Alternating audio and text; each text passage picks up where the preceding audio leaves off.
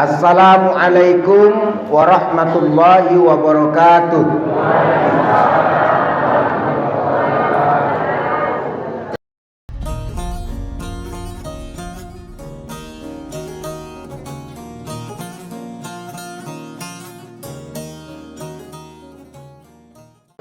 Bapak-bapak, ibu-ibu yang dirahmati Allah Subhanahu wa taala. Malam hari ini izinkan saya untuk menyampaikan cerita dan juga hikmah di balik cerita tentang Isra wal Mi'raj. Jadi peristiwa Isra dan Mi'raj ini kanlah tiap tahun kita gawikan, kita peringati. Tiap tahun kita peringati dan tidak henti-hentinya kita peringati. Apa dia manfaatnya Ustaz? Ya untuk menenangkan. Diperingati terus, lagi tak terkenang terus. Apa lagi tak diperingati? Tambah jauh kenangan. Jadi kalau pengurus masjid ngajak memperingati itu benar. Itu adalah dalam rangka tazkirah untuk mengingat tentang apa yang terjadi di zaman Rasulullah dan apa yang dibawa oleh Rasulullah sallallahu alaihi wasallam.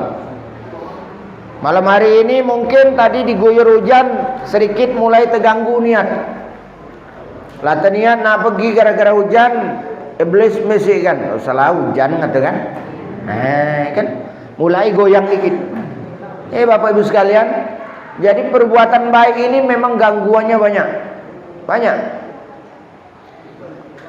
Baru nak pergi ada rasa sakit dikit di kaki, urung. Apalagi yang di dalam hatinya banyak masalah. Utang banyak misalnya. Getai ke nyadap tak banyak, kapan dijual murah pula. Musim hujan ya. Bapak-bapak, ibu-ibu yang dirahmati Allah Subhanahu wa taala, kita bersyukur masih dipertemukan Allah untuk hadir dalam peringatan Isra dan Mi'raj tahun ini.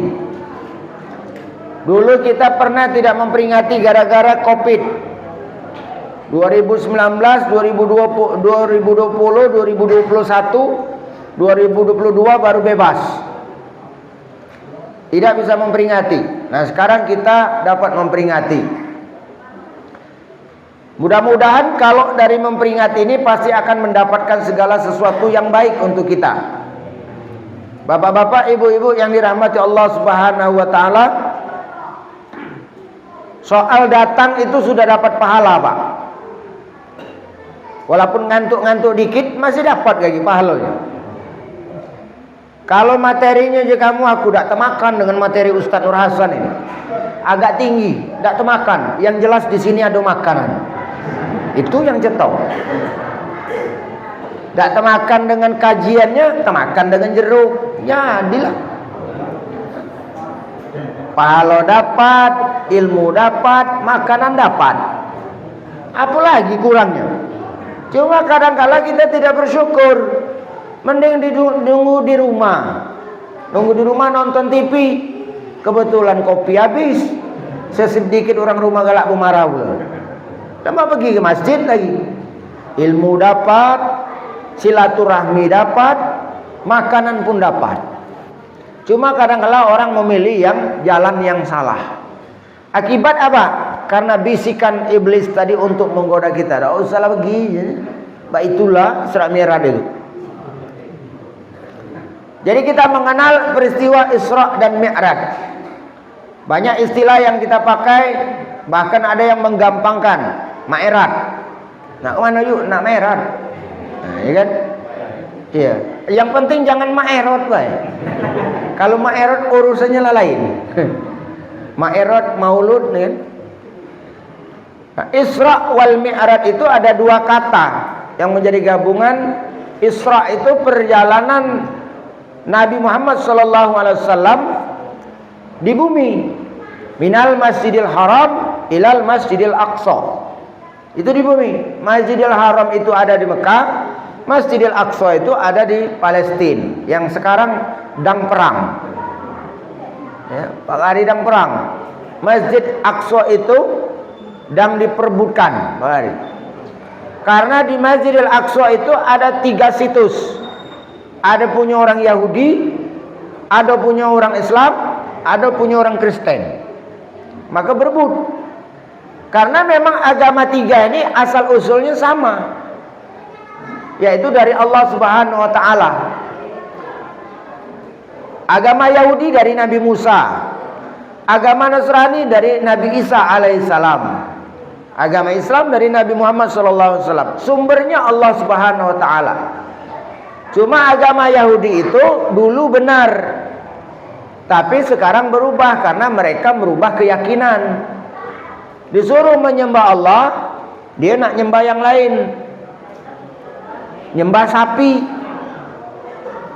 Agama Nasrani disuruh menyembah Allah, tapi menambahkan Tuhan yang lain. Ada Tuhan Bapa, ada Tuhan Ibu, ada Tuhan Anak. Turun agama Islam menyempurnakan. Qul huwallahu ahad. Katakan Tuhan itu satu. Allahus samad. Allah tempat bergantung. Lam yalid wa lam yulad. Tidak beranak dan tidak diperanakkan. Walam yakun lahu kufuwan ahad. Jadi Allah hanya satu. Jadi kalau mengatakan Allah itu satu dalam tiga, itulah yang kita kenal dengan agama Nasrani. Nah, ketiga agama ini memiliki kesamaan Bapak Ibu sekalian. Dan peristiwa-peristiwa itu diabadikan oleh Allah Subhanahu wa taala. Jadi pertama dulu perjalanan Isra itu perjalanan di waktu malam dari Masjidil Haram ke Masjidil Aqsa. Secara bahasa kalau berjalan di suatu malam itu Isra. Nah, yang galak Isra ini bapak-bapak. Bapak-bapak nih dari rumah ke pondokan. Amben-amben ada. Main kap. Isra. Kalau Mi'raj itu naik dari Masjidil Aqsa ke Sidratul Muntaha. Perjalanan malam juga. Disebut Isra wal Mi'raj. Naik dia, perjalanan naik menuju Allah Subhanahu wa taala. Wong lanang ini memang Isra Mi'raj neman. Dari rumah dia ke tempat pondokan. Apa dia kan pondokan bahasa sini? Apa? Perentin. Perentin. Nah, perentin. Main gap di situ ada. Main gap, begesah gawinya ada. Perentin. Balik dari perentin lama-lam. Kapan lama-lam datang ke rumah nak mi'raj pula. Itu gawe orang jantan ini. Menurut orang betina dia nunggu di rumah itulah. Jadi Isra dan Mi'raj secara bahasa perjalanan di waktu malam. Kalau Isra itu perjalanan dunia, kalau Mi'raj itu dari dunia ke Allah Subhanahu wa taala, ke Sidratul Muntaha. Bapak-bapak, ibu-ibu yang dirahmati Allah Subhanahu wa taala. Tadi qari membaca Subhanallazi asra bi 'abdihi lailan. Maha suci Allah yang telah memperjalankan hambanya di waktu malam. Jadi Nabi Muhammad itu diperjalankan oleh Allah waktunya di waktu malam. Berarti Nabi Muhammad itu bukan berjalan dewek, dia diperjalankan. Kalau diperjalankan berarti difasilitasi. Kalau orang kafir tidak percaya Nabi Muhammad dari Masjid Haram ke Masjidil Aqsa, yang dulu kalau ditempuh dengan onta yang paling cepat 2 bulan baru sampai. Lalu Nabi Muhammad, aku naik ke langit dan turun. Tambah tak percaya Bapak Ibu sekalian. Tak masuk akal. Itu kenapa tidak masuk akal? Karena menurut manusia, menurut pikiran kita manusia. Tapi dia lupa ayat Al-Quran menyebutkan Subhanallazi maha suci Allah asra yang telah memperjalankan hambanya bi'abdihi lailam, di satu malam. Berarti Nabi Muhammad bukan berjalan dewek, tapi Nabi Muhammad diperjalankan oleh Allah. Artinya Nabi Muhammad bukan menggunakan kemampuan manusia, tapi menggunakan kemampuan Allah Subhanahu wa taala. Contoh, tadi sebelum kami berangkat ada semut dari Saketigo situ, pinggir rumahku naik ke mobil. Naik dia. Nah, dia tak tahu lah aku nak ke Tanjung Lalang. Dia tak tahu. Naik mobil itu, mantap dia. Datanglah dia ke Tanjung Lalang. Kapan dijengoknya ada Pak Haji Husin. Kapan dijengoknya Pak Haji Tamrin. Ada Pak Haji Tamrin tadi? Belum ya. Datang ke sini ada Masjid Al-Ikhlas. Turun dia semut tadi nyengok-nyengok kan. Ada jamaah jadi banyak, ramai jadi masjid itu. Lalu kemudian kaki aku balik, dia naik lagi ke mobil. Balik lagi ke Salatiga. Kapan turun di Salatiga dia ngomong, "Wahai uji semut tadi ya, wahai kanci-kanciku." Nah, dia cari semut Salatiga. Itu biasa Salatiga. Semut Tanjung Lalang lain pula. Kanco-kancoku. Dan semut Salatiga kapan balik? Wahai semut-semut kanci-kanciku. Aku baru balik dari Tanjung Lalang. Uji semut tadi. Sejam yang lalu aku pergi dan sejam berikutnya akulah balik. Uji dia kan. Apa jawab semut Salatiga itu? Tidak percaya kami. Pembohong. Tidak mungkin semut sampai Tanjung Lalang 2 jam balik. Menurut ilmu semut. Tapi kalau menurut ilmu manusia, ternyata gampang. Naik mobil, nangkring di mobil, turun, nyengok keadaan, aku balik, dia milu balik. Nah, itulah perjalanan Isra wal Mi'raj Nabi Muhammad SAW. Karena Allah yang memperjalankan, maka fasilitas Allah yang dipakai. Apa yang dipakai? Ternyata ketika Nabi Muhammad mau diisrakan, Bapak Ibu sekalian, Allah mengirim namanya malaikat yang kita kenal dengan buruk kendaraannya. Nah, buruk ini kendaraan dinas, pelat abang. Ini pelat abang. Amun bukan Nabi tak baca makanya. Ketua masjid tak baca maka itu. Dia khusus. Kata Allah, wahai malaikat Jibril, kau turun jemput kekasihku Muhammad. Nabi Muhammad dijemput dengan kendaraan khusus. Sementara Nabi pada saat itu diceritakan Nabi sedang keadaan sedih. Nabi dalam keadaan sedih, Pak. Jadi Nabi itu kan sedih juga, Ustaz. Sedih Nabi itu manusia.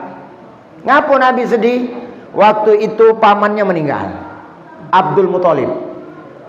Lamun bahasa kita, Abdul Muthalib ini backing Nabi. Selagi dia masih hidup, wong kafir Quraisy itu tak berani nganggu Nabi. Karena dilindungi oleh pamannya. Nabi Muhammad tu bapak dah kata, umat dah kata, cuma ada mamang tu lah lagi. Nah, mengabu itulah yang mendampingi dia. Kalau bahasa kami ngilo nih. Apa dia kalau bahasa sini ngilo nih? Membela. Membela. Jadi siapa yang nak nganggu Nabi Muhammad berhadapan dengan mamang Ika, berhadapan dengan paman ini. Nah, paman ini meninggal. Nabi Muhammad sedih. Tak lama paman meninggal, istri pun meninggal. Khadijah, Mbok Dija ini meninggal. Ada Yuk Dija sini. Yuk Dija meninggal. Istri Nabi Muhammad SAW yang mengabdi dengan Nabi jiwa dan raga, harta, semua dia menyerah kepada Allah dalam Islam dan menyerahkan semua apa yang ia miliki untuk suami yang tercinta. Itulah Sayyidatuna Khadijah. Ibu-ibu sekalian, Nabi sedih. Wajarkah Nabi sedih? Wajar. Kenapa Nabi sedih? Karena Khadijah memang istri yang hebat. Maka Nabi sedih. Jadi kami lanang ini membini itu hebat. Sedih, Pak, kami ini. Bu, cuma tak lama biasanya menjantan kan. Sedih kami. Kapan sedih itu akan ada? Ketika sudah diambil atau dia hilang dari kita. Maka benar uji lagu dangdut itu, bila sudah tiada baru terasa. Nah, ada. Lah mati baru terasa. Oh, juga mana ada kakak dulu masih lemah, tak ada nyadap seorang baik aja. Ada kancung kan? Istri Khadijah itu, Bapak Ibu sekalian, semua aktivitas Nabi dilayani. Itu kehebatannya. Maka Nabi Muhammad merasa kehilangan betul. Semua apa yang dilakukan Nabi didukung penuh. Orang mengatakan Nabi gila, dia memberikan kesabaran. Sabar baika, aja. Aku tahu kamu benar, tapi orang belum tentu memahami kebenaran apa yang dibawa. Itu istri yang soleha yang diajarkan oleh Khadijah, Mbok Dijah tadi. Diajarkan. Maka ketika Khadijah meninggal, Nabi sedih. Sama baik kita nih. Kalau istri ini sudah taat dari awal, dari hidup saro melok kita, rasa tak tega nak berbini lagi sebenarnya. Rasa tak tega. Cuma ada yang tega cuma. Mandi masjid itu katik, rasa katik. Tak tega. Karena mulai dari nol, mulai membangun rumah tangga, buka kebun dikit dulu di payo wakal misalnya. Banyak payo sini kan? Buka kebun dikit dengan bini tadi kan? Dah dapat nyadap nyongolah ke budak. Terbeli lagi kebun lagi 2 hektar, 3 hektar, 4 hektar. Lah berduit dikit beli mobil, kakak mulai bergaya. Tak terkenang lagi. Payo kak, akhirnya kenangkan. Dulu kamu hidup dengan aku. Lah punya mobil bagus, lah pacak ke Palembang, pak nak terkenang, nak nyari yang baru kamu. Kalau istri yang baik, insya Allah akan ingat. Contoh, kalau ibu ni istri yang soleha, mulai bangun pagi sudah menyiapkan sarapan, sholat subuh berjamaah, salim dengan laki. Salim dengan laki. Lah siapkan kak, nasi goreng lah sudah, pisang goreng lah ada pucuk meja, lah siap. Kopi kamu lah ada kak, lah siap oleh bini tadi. Ketika motor lah diangkatkannya rupanya, diengkolkan oleh Yuk Dijah tadi, ya tak? Nah, ujungnya kamu nak nyadap lajulah pergilah dulu, motor lah siap lah kuangkatkan. Apa tak ketika dia meninggalkan kita sedih rasanya. Begitulah Nabi Muhammad SAW. Apa yang terjadi? Nabi Muhammad di Gua Hira diantari nasi oleh Khadijah. Kalau yang sudah pergi ke Mekah, ke Gua Hira itu naik, bukan kemampuan seorang perempuan sebetulnya, tinggi jauh, tapi ngantari laki nasi untuk makanan dan bekal itu dilakukan oleh Khadijah. Padahal kita tahu Khadijah itu adalah orang yang kaya, orang yang terkemuka di bangsa Arab pada waktu itu. Tapi ketika dia menjadi seorang istri, maka dia mengabdikan dirinya kepada suami yang tercinta. Bapak Ibu hadirin yang dirahmati Allah SWT. Maka ketika Khadijah meninggal, Nabi Muhammad sedih. Tahun itu disebut dengan Amul Huzni, tahun duka cita. Mamang mati, bini mati. Tahun duka cita, maka Nabi Muhammad dihibur oleh Allah sekaligus mendapat perintah dari Allah SWT. Masuk cerita yang kedua, Nabi Muhammad SAW dijemput oleh malaikat Jibril dan Mikail yang membawa kendaraan khusus yang namanya buraq. Buraq ini adalah malaikat, Pak Bu. Kalau kita bayangkan pakai otak kita, malaikat diciptakan dari cahaya. Berarti Nabi Muhammad naik cahaya. Itu baik kamu, itu gampang ya. Kalau kita lah naik cahaya berarti cepat. Kamu punya rumah, buka genteng, gelapkan. Mbak itu dia kita buka, tep, langsung cahayanya ke lantai. Tak tubar gitu. Ini cok lado situ dia. Sinarnya tadi ada. Nah itulah kecepatan cahaya. Kalau kecepatan suara, kita kalau dengar pesawat lewat, uji pesawat. Pesawat lah situ, suara baru sigo. Itu kecepatan suara masih kita terjenguk. Tapi kalau cahaya tak baca lagi dengan mata kita nih. Mak itu keluar cep-cep langsung di bawah dia kecepatannya. Nah, Nabi naik kecepatan cahaya karena yang dinaiki adalah malaikat Allah Subhanahu wa taala. Kalau dari Masjidil Haram ke Masjidil Aqsa, lalu naik ke Sidratul Muntaha sebelum subuh Nabi lah balik, itu sangat masuk akal. Yang tak yakin baik, tak masuk akal sebetulnya. Nah, terlepas siapa yang bisa melakukan, ini khusus Nabi Muhammad. Itulah disebut mukjizat. Tidak semua orang dapat. Hanya Nabi yang dapat, itulah yang disebut mukjizat.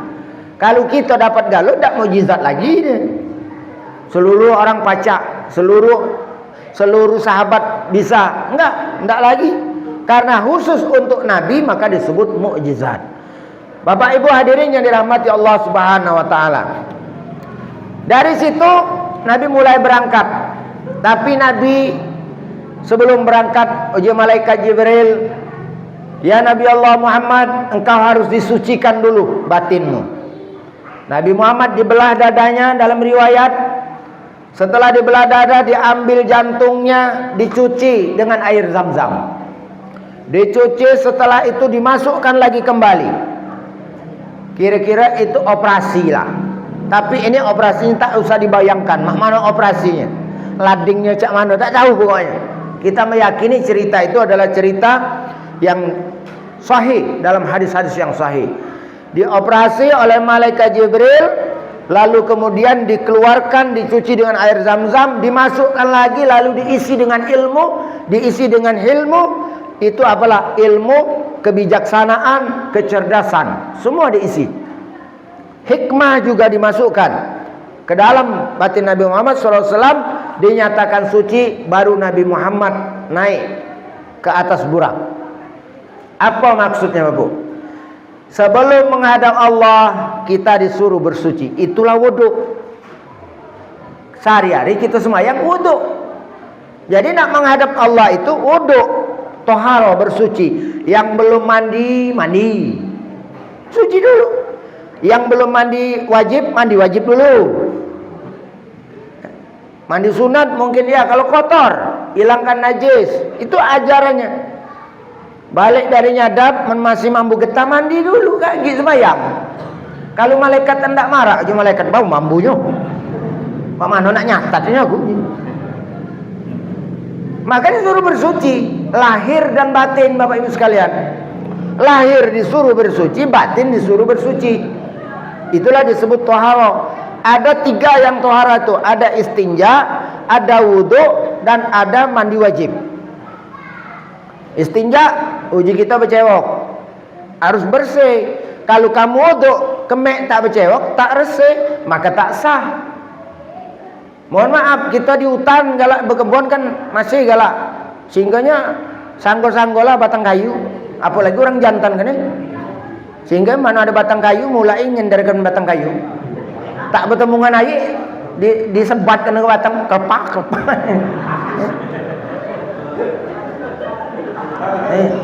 Tak berjawab. Iyo, ada baik mandi masjid ni tak kata. Hati-hati. Kalau tak berjawab, ada riwayat 2 kuburan yang ketika itu Nabi lewat. Nabi lewat, Bapak Ibu sekalian, Nabi berhenti. Apa Nabi berhenti? Nabi mengambil pelepah kurma. Ngambil pelepah kurma, dibelahnya 2. Sekok untuk kuburan sika, sekok untuk kuburan sika. Sahabat bertanya, "Ya Rasulullah, ngapo kamu berhenti?" Kata Nabi, "Aku berhenti memohon ampun kepada ahli kubur yang sedang disiksa. Yang satu ini dosanya adalah suka mengadu domba." Nah, hati-hati ya. Suka mengadu domba. Musim pemilu nih. Musim pemilu, pemilihan legislatif, presiden. Jangan mengadu domba. Nak galak nyucuk-cucuk, dah galak sudah. Jangan saling jahatkan. Senang cucuk, dah senang sudah, tinggalkan, cari yang lain. Jangan saling adu domba.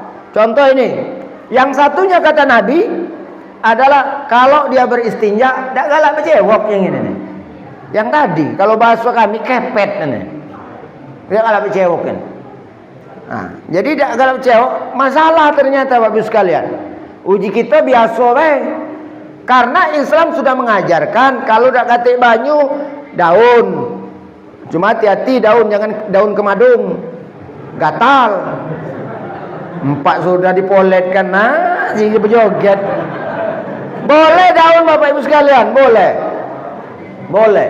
Tisu boleh. Boleh, tisu boleh. Apalagi kalau jemaah haji umroh, itu kadang-kala air tak ketemu atau dia tak tahu masjidnya. Yang ada tisu. Kalau ada banyu, pakai air ya tak? Pakai. Cuma masalahnya Akulah mencari-cari Tad. Cuma tak kati air, bukan tak kati, kau tak tahu picitannya. Tombolnya tu. Ada rupanya. Kapan terpincit keluar yang hangat air. 4 terlompat.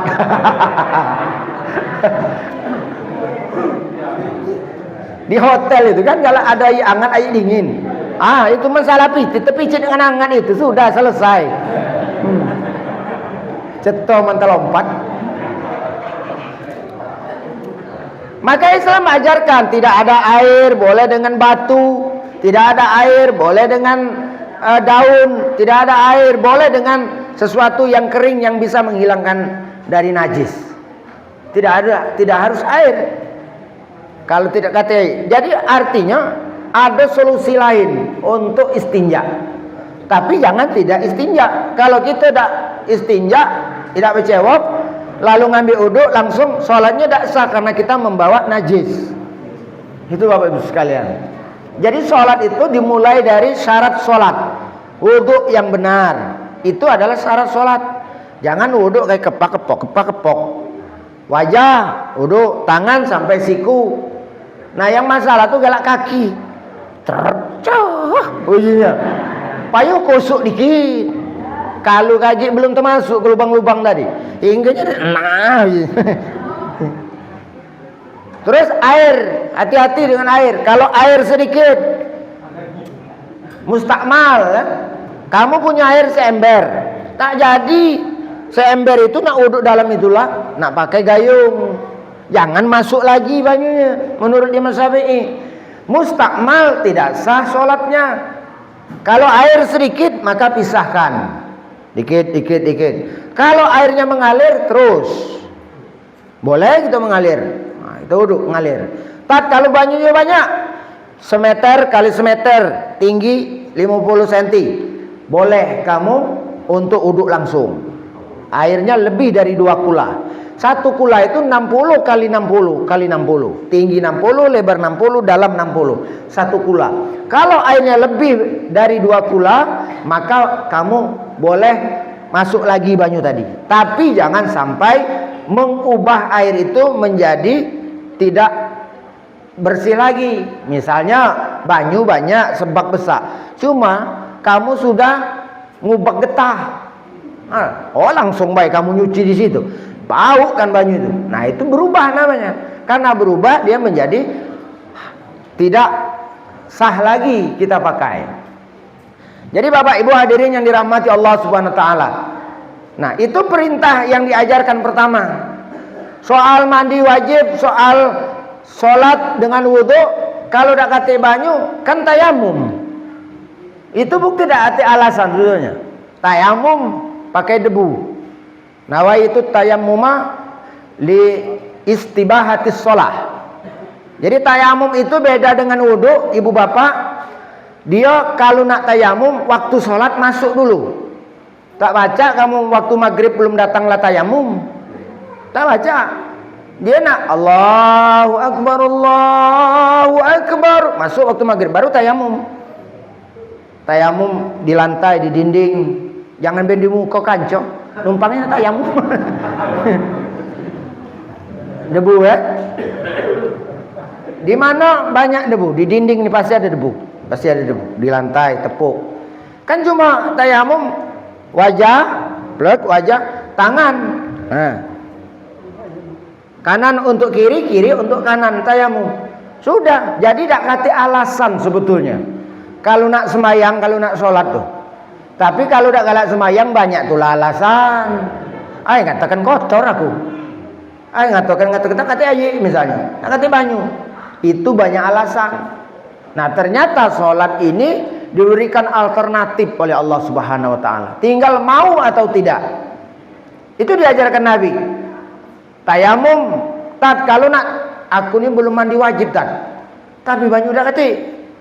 Bagaimana nak tayamum? Apa nguling-nguling di tengah pasir? Kalau kita belum mandi wajib, banyu udah kata nak mandi, tayamum tadilah penggantinya.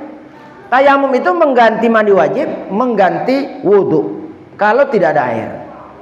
Jadi cukup tayamum sekali, tidak ada masalahnya. Dan hukumnya adalah wajib, sama seperti mandi jenazah. Sama Bapak Ibu sekalian.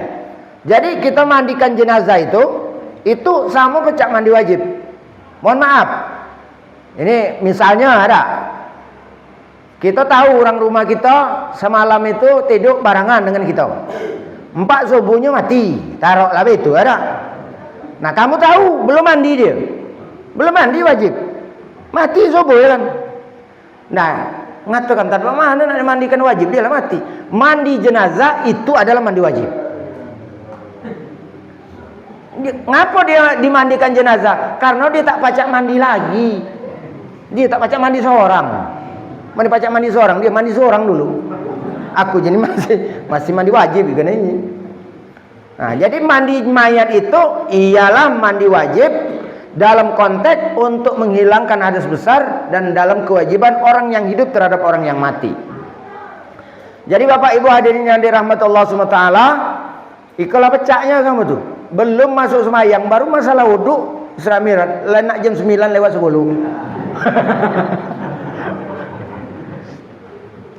Belum berangkat Nabi tadi kan, belum. Baru ngantak wae. Motor baru ngangkat ke mesin tadi. Tak tahu pecah, Mbak Mani nak cerita balik. Baru berangkatlah jam 9 tuh.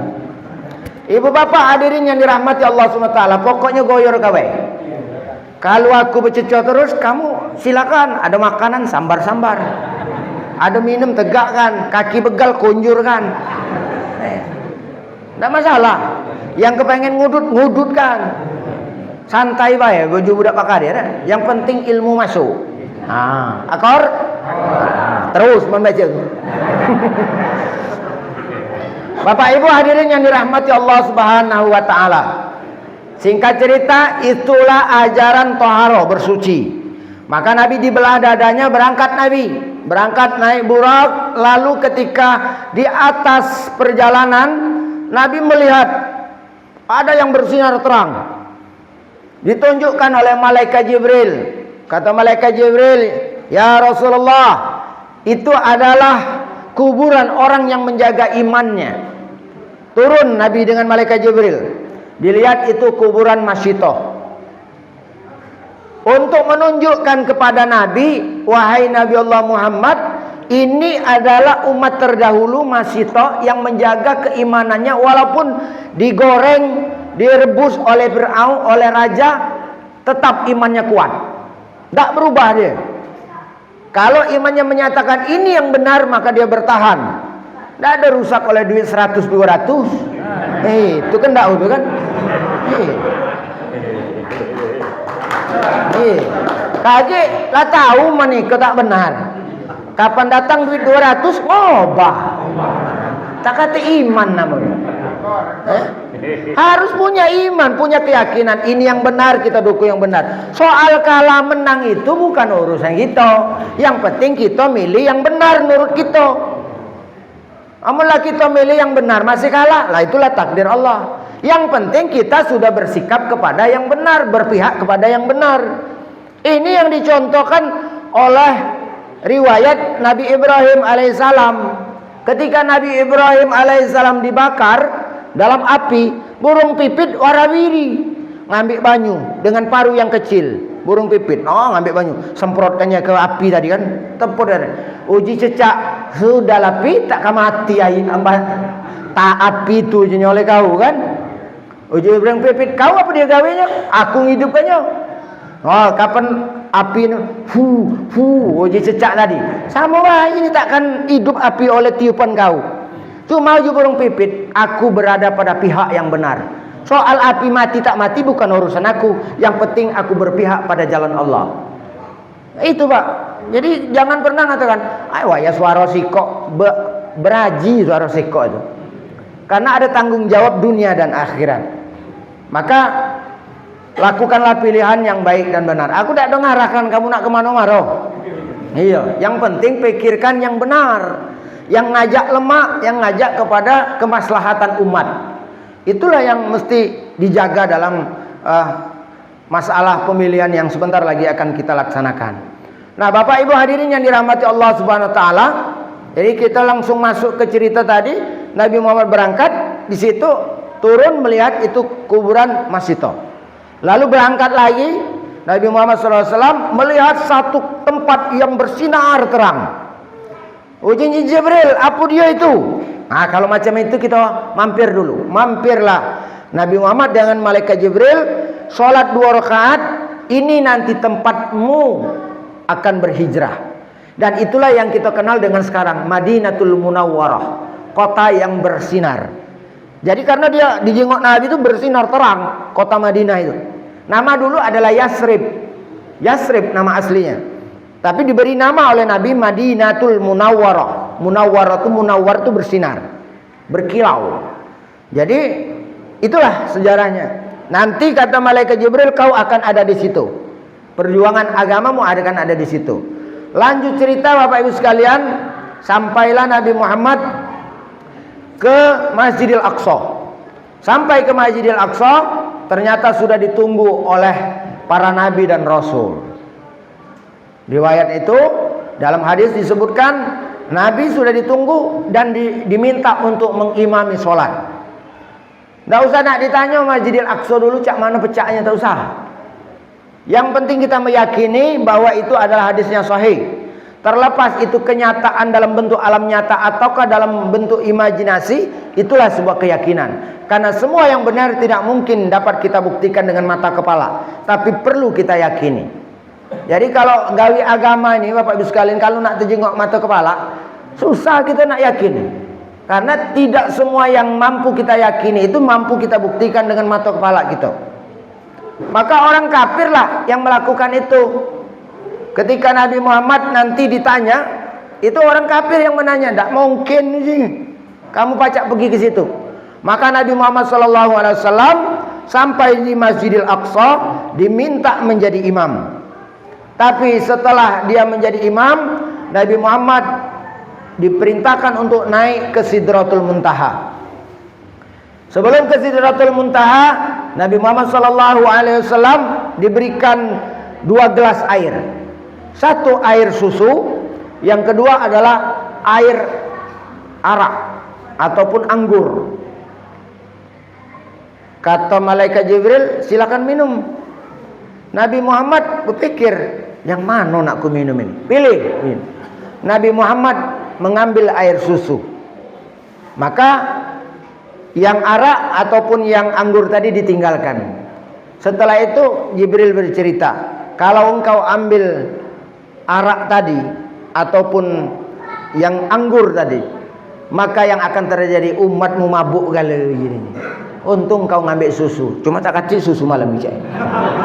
Iya, putih kali. Itu cerita baik. Tak usah saya ribut-ribut.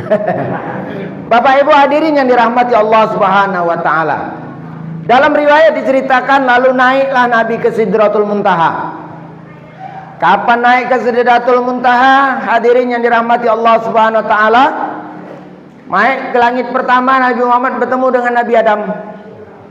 Nabi Adam ni kalau nyengok ke kanan tertawa, senang.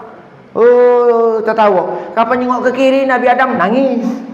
Nah, uji Nabi Muhammad, apa dia cerita Jibril? Pak Nabi Adam ni jenis manusia pertama, bahkan orang yang pertama kali di surga menangis ketika melihat ke kanan, tersenyum melihat ke kanan, tapi menangis waktu melihat ke kiri. Dia nyengok anak cucunya Nabi Muhammad, uji Jibril tadi lah. Yang kanan itu yang ahli surga, yang kiri itu ahli neraka. Berarti kita ini terbagi, ada yang di surga, ada yang di neraka. Cuma kalau yang di masjid ini insya Allah surga kalau. Amin, Allahumma amin.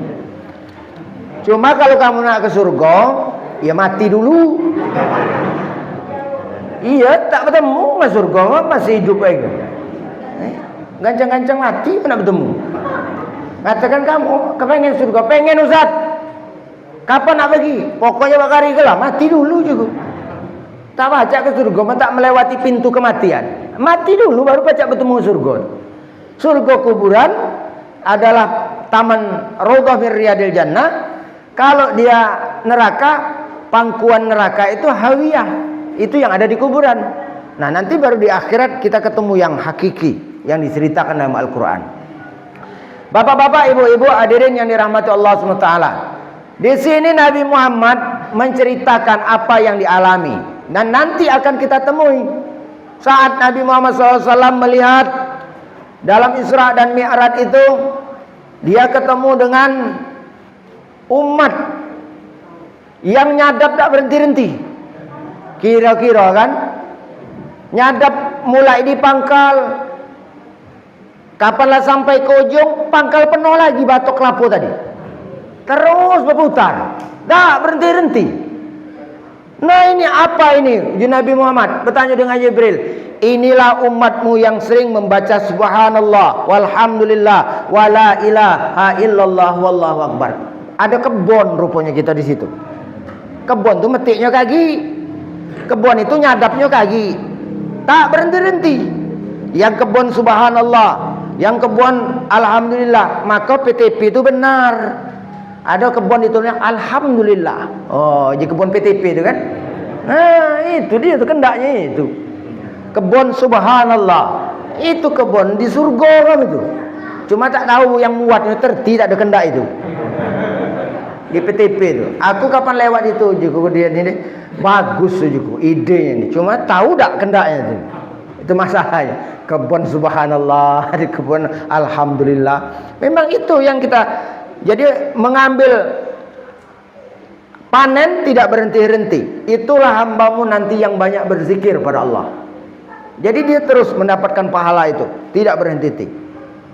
Lalu ada lagi setelah di surga, banyak yang di surga. Jadi di surga itu Bapak Ibu sekalian, ada rumah, ada pondokan ataupun apa tadi kamu tadi? Perentin. Perentin. Ada perentin, ada istana. Ada orang yang tinggal di istana, ada yang di rumah biasa di surga. Maka itu Bapak Ibu sekalian, kalau sholat sunat itu kan ada ganjaran. Kalau kamu sholat sunat 12 rakaat duha akan dibangunkan istana di surga. Itu kan hadisnya ada. Nah itulah gambarannya. Berarti lamun kita sholat wajib baik, kita termasuk ke surga. Cuma tak punya rumah, kulu kelir di surga. Tak tahu tempat tumpangan. Uji kanco, belabu sih kau mengatakan ke rumah kami. Ngapo? Dia ibadah cukup untuk sampai ke surga baik. Tak baca muat rumah, tak baca muat pelentin tadi, tak baca muat istana. Cukup semayangnya tadi cuma untuk masuk surga. Dia ngomong pula, ya dilatat yang penting masuk surga. Jawab dia tadi kan.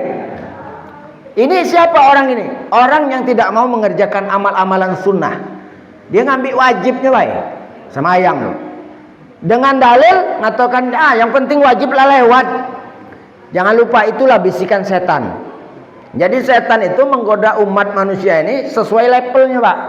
Kalau yang belum sholat, digodanya supaya jangan semayang. Yo, tidak usahlah semayang yang kau tuh tidak bersih. Ujungnya tidak semayang. Yanglah semayang itu digodanya tidak usuk. Tidak usuk. Kapan dia lah rajin semayang 5 waktu, digodanya tidak usahlah sunat. Nggak tak usahlah, ada orang di rumah nunggu. Maka Bapak Ibu sekalian, kalau saya tapi saya lebih senang sholat di masjid itu selain dari pahalanya, salah satunya memberi motivasi untuk semayang sunat kalau di masjid. Kalau kita di rumah, mohon maaf, kita nih kadang-kadang kan cak kepakaman. Kapan di rumah ngambil wajibnya baik. Mengatakan dijenguk orang dak. Cuma kalau di masjid kan ada rasa malu. Sudah semayang sebelum ngambil sunat dulu. Biar kelihatan pakam. Tak apa-apa. Tak apa-apa. Kadang-kala iblis itu dikalahkan oleh nak kepakaman gitu tadi. Rasa tak lemak dengan orang kan. Iya, tak apa-apa. Sudah semayang isya, dah ngambil sunat pula akhirnya dapat. Bandingkan kalau kamu semayang di rumah, belum tentu ceto ngambil isaknya baik. Aku ada. Nah, sama baik aku baitullah. Tak pula nak meci orang lain kan. Ngukur kita itulah. Kapan di rumah kita tuh ngambil wajibnya baik. Tak ada nak ambil sunatnya sih. Nah, kalau di masjid ada kita dimotivasi oleh jemaah lain. Rasa kepengen nambahi. Tapi kalau di rumah kita ngambil wajib itu baik nak bercepat. Nak berganjang semayangnya. Jadi bapak-bapak, ibu-ibu hadirin yang dirahmati Allah Subhanahu wa taala. Nabi Muhammad SAW diberikan gambaran di surga oleh Allah, diberikan gambaran di neraka oleh Allah Subhanahu wa taala. Saya tidak akan cerita banyak tentang gambaran surga dengan neraka. Tapi pulangnya Nabi Muhammad membawa sholat. Kata Nabi Muhammad, yang menyelamatkan umatku ini adalah sholat. Maka sholat inilah yang diterima perintah oleh Allah, oleh Nabi Muhammad dari Allah Subhanahu wa taala. Dalam riwayat Nabi Muhammad 50 kali sehari semalam. Jadi mau semayang nih 50 waktu. Sehari semalam 50 waktu. Kapan lagi kita nyadar? Malah 50 kali. Mungkin berapa menit sekali gitu semayang. Tak ngururui gawe lain. Apalagi nak kalangan tak baca. Tak baca nak kalangan, nak bertimbang lagi. Bapak Ibu hadirin yang dirahmati Allah SWT, turun Nabi ke langit berikutnya. Di langit keempat bertemu dengan Nabi Musa alaihissalam. Uji Nabi Musa, ya Muhammad, ya Rasulullah, apa oleh-oleh kau bertemu dengan Allah? Uji Nabi Muhammad, aku dapat perintah solat untuk umatku. Banyak apa uji Nabi Musa? Nabi Musa ni membasuh budak bakari kepo. Kepengen nak tahu ay. Nabi Musa kepo membasuh budak bakari. Ngatakan berapa dapatnya? Uji ni 50. Uji Nabi Musa. Dah jadi tak usahlah dindo Muhammad. Alangkah banyaknya. Umatku itu kuat-kuat, besar-besar umumnya, tak mampu melakukan itu. Apalagi umatmu itu kecil-kecil, ini kan, lemah pula, tak lama terduduk, tertidur. Kapan nak semayang? Malak tersender, terkantuk. Kapan nak semayang? Ini kan. Akhirnya kau naik lagi, minta lagi kurang. Naik lagi Nabi Muhammad. Bolak balik naik. Dalam riwayat ini adalah yang protes. Tad, apa Allah itu tak tahu kendak terakhir? Jangan mencela-mencela Allah itu tad. Uji dia bertanya kan, ngapu tak langsung 5 wae tad? Ujiku bukan kendak kau, itu kendak Allah. Men kendak kau, ujiku jangankan tinggal sisa 5, men kendak kau membaca tak usah semayang ujiku. Manaknya berhenti dia bertanya. Kan terakhir kan sampai 5. Nabi Muhammad sampai 5. Uji Nabi Muhammad, wahai Nabi Allah Musa, tinggal 5. Kau naik lagi be, kata Nabi Musa. Jadilah uji Nabi Muhammad. Akulah kemaluan pula kira-kira tu naik turun minta ni. Lah tinggal 5. Nah, jenman kendak kau mempacak tak usah semayang lagi gitu nih jadi. Cuma kendak kau, tapi ini kendak Allah. Allah memberikan gambaran, beginilah umatmu nanti akan melaksanakannya. Ada yang lengkap, ada yang tak lengkap. Ada yang sungkan, ada yang rajin. Hitungannya tadi. Cak tadi gambaran, ada yang ambil wajib baik, ada yang sunatnya digawikannya. Itu gambaran. Begitulah gambaran. Tapi dalam hadis disebutkan bahwa kita melakukan 5, maka pahalanya tetap dihitung oleh Allah 50 waktu. Jadi kita tuh tetap 5 ngawikan, tetap dihitung oleh Allah 50 waktu. Itu kelebihan umat Nabi Muhammad. Kenapa kelebihan umat Nabi Muhammad diberikan seperti itu? Karena usia umat Nabi Muhammad pendek, Bapak Ibu sekalian. Kita ini kan 100 lagi tak banyak. Pak Yusin, kamu berapa umur? 80? 90? Umur kamu? Jadi berapa? 88? Ya. Nah, 88. 88 umur Nabi 63 tahun. Lah lewat. Iya, menang ukur Nabi. Iya, tak lama lagi yang ukur Nabi. Lah lewat. Tapi beliau diberikan umur panjang. Susah mencari umur panjang, Bapak Ibu sekalian. Paling panjang umat Nabi Muhammad itu taruhlah sekarang ini 100, itu pun jarang. Karena Nabi katakan umatku itu baina sittin wa sab'in, antara 60 sampai 70 tahun. Itu yang kebanyakan. Dan itu nyata. Sekarang nih jangan kan nak nunggu 60, 70, 50 lagi lah laju. Aku 50 masalahnya. Stroke dulu penyakit orang tua. Lah tua baru stroke. Pak Kari kemudol kena stroke. Bahkan bukan stroke lagi, sepuso lah. Lagi muda juga, lagi muda lah kena stroke. Juga masalah stroke, bukan masalah muda tua juga. Makanya kalau itulah umat ini adalah usianya singkat. Jadi tinggal kita berpikir. Nah, momen Isra dan Mi'raj ini adalah memperingati dan mengingatkan kita tentang ibadah yang paling mulia, yaitu sholat. Inilah yang disebutkan dalam hadis, akan ditanya pada hari kiamat. Perkara yang paling pertama adalah as-sholah. Tidak lagi dulu yang lain, sholat dulu yang ditanya. Kapan sholat bagus, maka amal lain yang bagus. Kalau sholatnya masalah, macet, yang lain kaji dulu. Uji Allah SWT. Bapak-bapak, ibu-ibu yang dirahmati Allah SWT. Jam 9.30. Dikit lagi dah. Nah, ini pesan soal sholatnya. Anggaplah ibadah sholat sudah dapat. Mana supaya semayang kita bagus. Kita lah semayang dari kecil semayang. Lah dari kecil semayang. Lah waktu bujang semayang. Ada yang baru mulailah tua. Waktu bujang tanda mayang. Ada, bukan di sini tapi uangnya. Ya, bukan di sini, Jakarta. Ada yang dari kecil lah semayang, tapi ada yang lah tua baru semayang. Maka supaya sholat ini diterima di sisi Allah SWT, maka tata caranya harus benar. Jangan nurut-nurut. Mulai dari niat, mulai dari kiblat, mulai dari wudhu tadi sudah kita betulkan.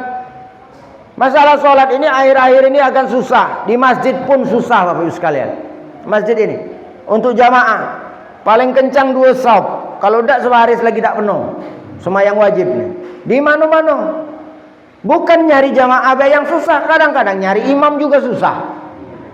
Yang datang itu ngebang, qomat langsung imam dan langsung makmum. Dia seorang rupanya. Dia ngebang, dia qomat, dia imam, dia makmum. Dia seorang pula rupanya. Kapan juga kata orang. Itu kebanyakan. Kalaupun ada jamaahnya, imamnya saro nyari. Masalah itu terjadi. Yang pacak tak ndak, yang ndak tak pacak. Ini yang terjadi masyarakat. Tak tahu di sini rasaku tidak di sini. Iya. Kalau dia mengaji di tempat lain macam itu. Yang ndak tak baca, yang ndak tak ndak, yang pacak tak ndak. Yang ndak kau tak baca. Itu masalahnya. Jadi ketika masuk waktu bertungguan, Allahu Akbar, Allahu Akbar, asyhadu an la ilaha illallah, asyhadu anna Muhammad Rasulullah. Lom kata yang nak maju. Hayya 'alal shalah, hayya 'alal falah, mulai saling dorong kan. Kau yang katakan. La hayya 'alal falah, hayya 'alal falah, qad qamatis shalah, belum kata yang maju. Mulai saling jengokin. Allahu Akbar, Allahu Akbar. Oh, siapa ini imam?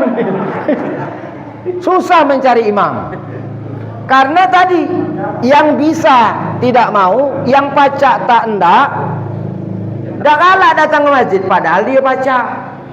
Kalaupun datang terakhir, orang lah semayang baru datang, diintai kayaknya.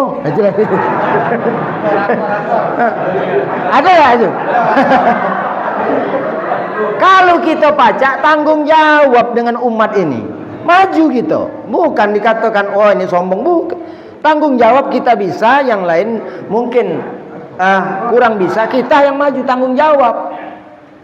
Ini yang bisa tidak mau. Kalau yang tak pacak tadi maju ngatoi bulo. Oh ngatokan cak galak nih yang jadi imam. Padahal dia tak ndak. Orang lain maju dikatoinya. Sebaliknya, yang tidak bisa nyerekel nak jadi imam. Wah, pakai serban, pacak diri wah ya imam. Pacak dah sehingga baru balik umroh masalahnya. Baca nak imam lah itu deh.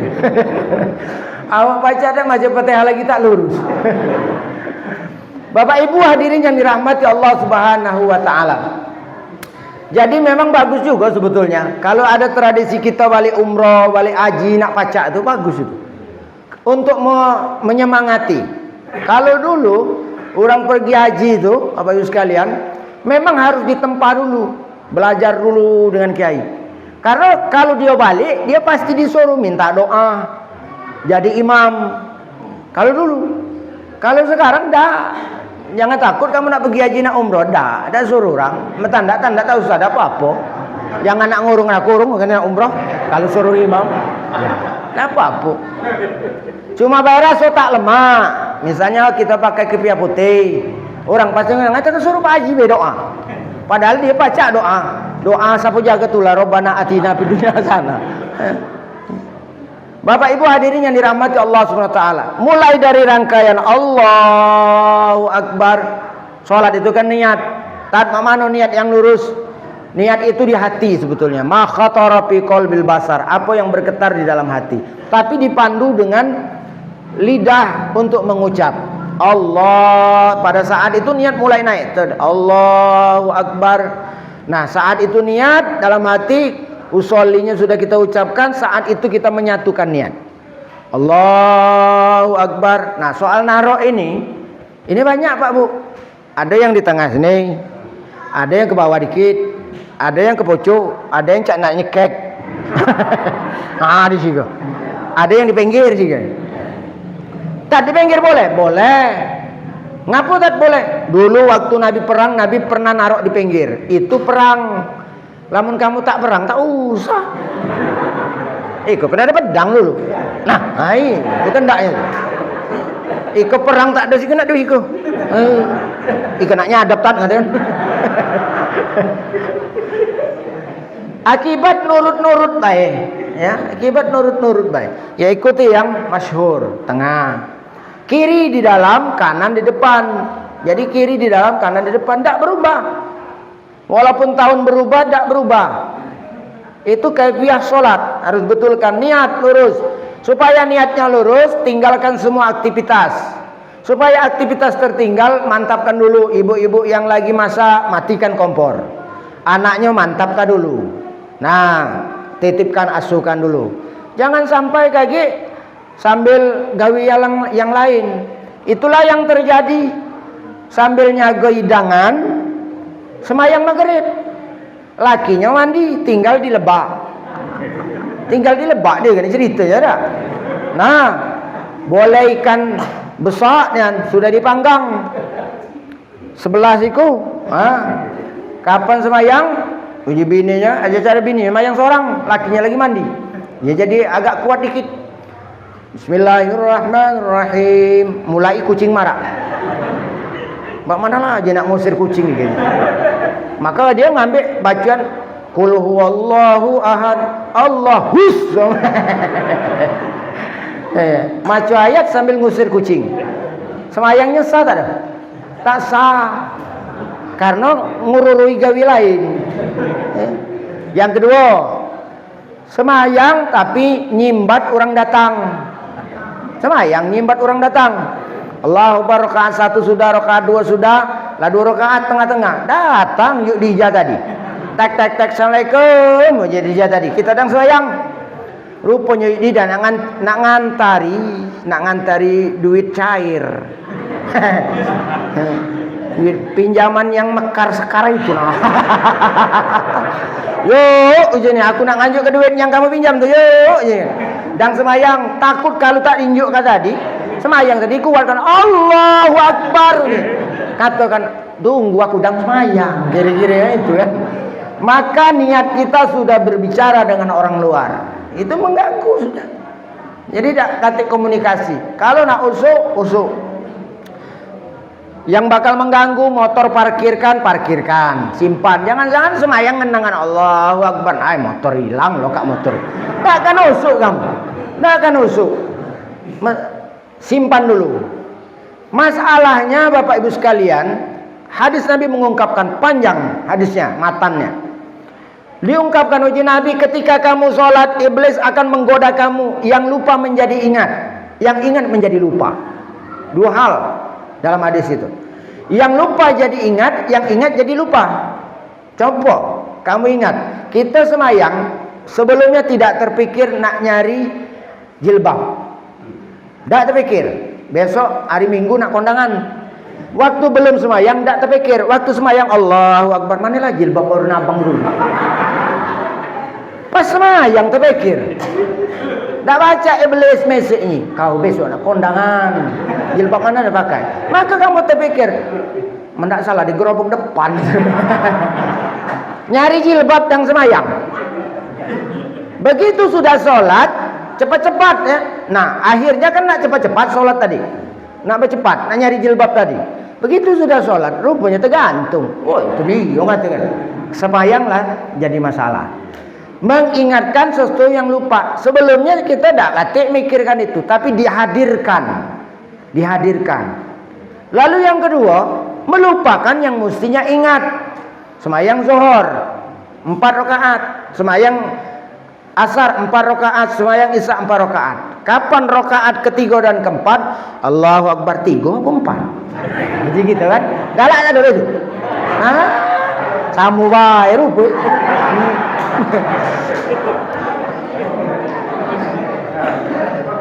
Itu Pak. Padahal tadi kita waktu rakaat pertama khusyuk, betul Pak? Saya sering memperhatikan itu khusyuk. Rakaat kedua khusyuk. Alang kepacak belis ngoda itu. Dikit yang kita dilewatkan. Pada mengatakan 3 apa 4 lagi. Kadang kala mohon maaf, berimaman dengan orang rumah. Ujang rumah kamu kurang dari cukup. 3 orang 2 kan goda rupanya kan. Pada cukup dari kurang kamu cukup baca aja model ini. Kalau menemukan keraguan itu, ambil yang sedikit, jangan ambil yang banyak. Kalau 3 4 3. Aku tadilah 3 pula 4. 3 berarti. Ya, 3. Seandainya lebih sah, tapi kalau kurang tidak sah. Jadi Bapak Ibu kalau kita lupa, misalnya aku tadi 3 apa 4 3. Jangan 4. Kapan 4 kan kita langsung tahiyat salam. Ternyata 3. Itu tak sah. Tapi kalau kita terlewat ternyata 5 rakaatnya, nah itu sah. Karena kita anggap yang tadi 1 rakaat kita lupa, di luar jangkauan kita. Yang kita ingat itulah yang dinilai oleh Allah SWT. Tapi tak jadi disengaja. Tak boleh pula semayang zuhur 4 rakaat, dia kapan sudah salam uji kanco. Kau bak 5 rakaat semayang zuhur ini. Ngatakan aku sengaja nih kan. Ngapa macam itu? Lah getah dan banyak gitu jadi bertimbang harga tinggi 4 dapat kiriman budak dari luar negeri pula pinjaman cair yang tadi yang mekar tadi sekar kuncup tadi cair galau aku senang hati Tuhan minta 4 kunjuk 5 Tuhan minta 4 rakaat kunjuk 5 jadi tak baca sama yang kapan 4 kapan 3 kapan 2 waktu kita ladas kita senang kita tak boleh nambahi, waktu kita susah tak boleh ngurangi. Ngatakan aku sedang sedih ya Allah sembahyang subuh keserkaan baik tak baca tetap 2 rakaat tetap cuma dong ngurang itu kalau kita sembahyang kosor mengkosor salat boleh menyingkat yang 4 yang boleh tuh yang zuhur asar isya dari 4 jadi 2 kosor namanya. Lamun subuh nak dikosor habis. Lah 2 nak dikosor tinggal sekok lagi. Maka subuh dak katik kosornya. Maghrib lagi dak katik kosor. Cuma yang ada 4 itulah yang ada kosornya dalam sholat. Yang bisa orang yang berilmu. Kalau tak pernah belajar, tak tahu dia.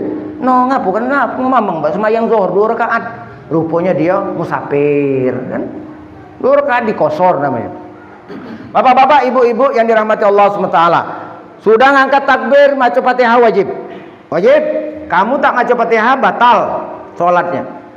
La sholata liman lam yaqra'u bi Fatihatil kitab. Tidak disebut salat kalau kamu tak membaca Fatihah Ummul Kitab. Tak sah semua yang kita.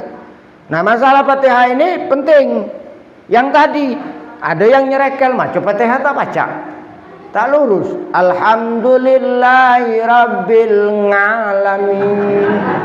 Terpeci dari jauh lalamu. Iya. Aku dulu sekolah di Jogja masalahnya dengan Sari. Mana Sari tadi? Ya Sari tadi. Sehari kan memang kalau jambak kari kan kurang hebat dia nih. Dia nih sehari bukan semalam.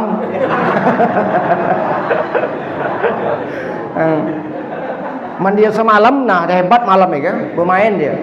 Ini karena dia sehari, dia lesu malam ya kan. Bapak Ibu hadirin yang dirahmati Allah SWT. Jadi kadangkala fasih itu penting.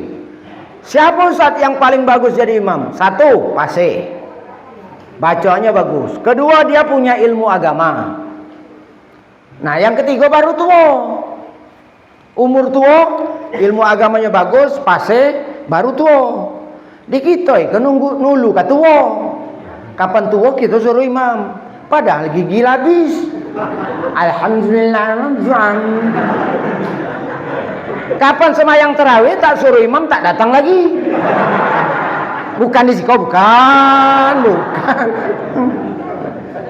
Tak datang lagi deh. Aku pernah ngisi pengajian Bapak Ibu sekalian. Jadi ada pertanyaan oleh jamaah tadi. Pertanyaannya, Ustaz, Abdul mana imam muda yang bacaannya bagus dengan nilai tua bacaannya ladak bagus lagi? Ujuku yang bagus imam yang masih muda bacaannya jelas, terang dan bagus. Tak lama uak tuh keluar.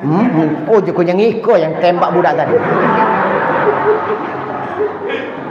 Ya maaf disumpahnya pula tak endah budak iko ini. Keluar dia merasa tersinggung kan.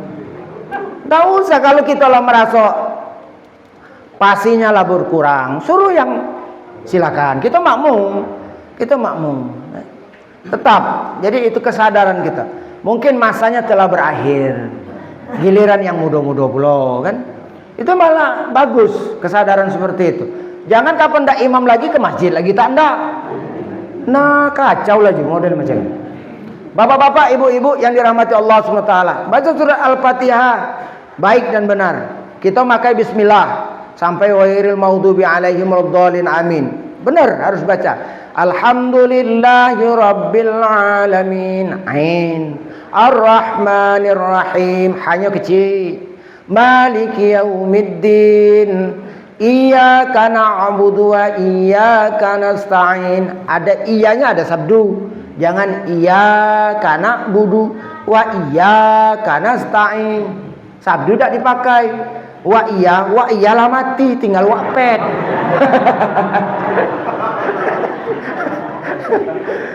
Di situ iyaka hanya kepadamu. Tapi kalau yaka itu wahai engkau artinya. Tapi kalau iyaka hanya engkau, kan beda sudah. Ya iyyaka na'budu wa iyyaka nasta'in. Hanya besar. Ihdinas siratal mustaqim. Qaf. Siratal ladzina an'am. Hamzah ain. An'am. Siratal ladzina an'amta 'alaihim ghairil maghdubi. Hati-hati dengan ghairil. Saya sering mendengar khairil. Juga ngapa nak pakai khairil? Kalau khairil artinya baik. Kayak halak bi khair, nah baik. Tapi ghair artinya lain, selain. Jauh artinya, Pak. Jadi kalau kamu salah sebut khairil maghdubi lain. Yang benar ghairil maghdubi alaihim waladdallin. Dotnya itu dot bukan dal. Kalau waladdall itu dal. Waladdall itu dal. Yang benar waladdallin, agak tebal ya. Nah itu perlu dilatih. Jadi kalau nak jadi imam minta simak dulu dengan yang baca. Tolong simakkan, lulus baru jadi imam. Kita lah baca, tapi minta simakkan. Itu yang Fatihah. Karena apa Bapak Ibu sekalian? Fatihah ini ngajak orang banyak. Kapan jamaah kita tak baca Fatihah, kita yang nanggung. Maka itu orang yang berimaman sholat, mana kalau aku datang semayang, uji kamu tadi kan membaca Fatihah rukun tadi, yo. Tapi aku datang, orang langsung rukuk, Allahu Akbar, langsung kita langsung milu rukuk. Kan tak baca Fatihah. Fatihahmu mana? Imam yang nanggung. Maka itu baca nak benar, imam yang nanggung.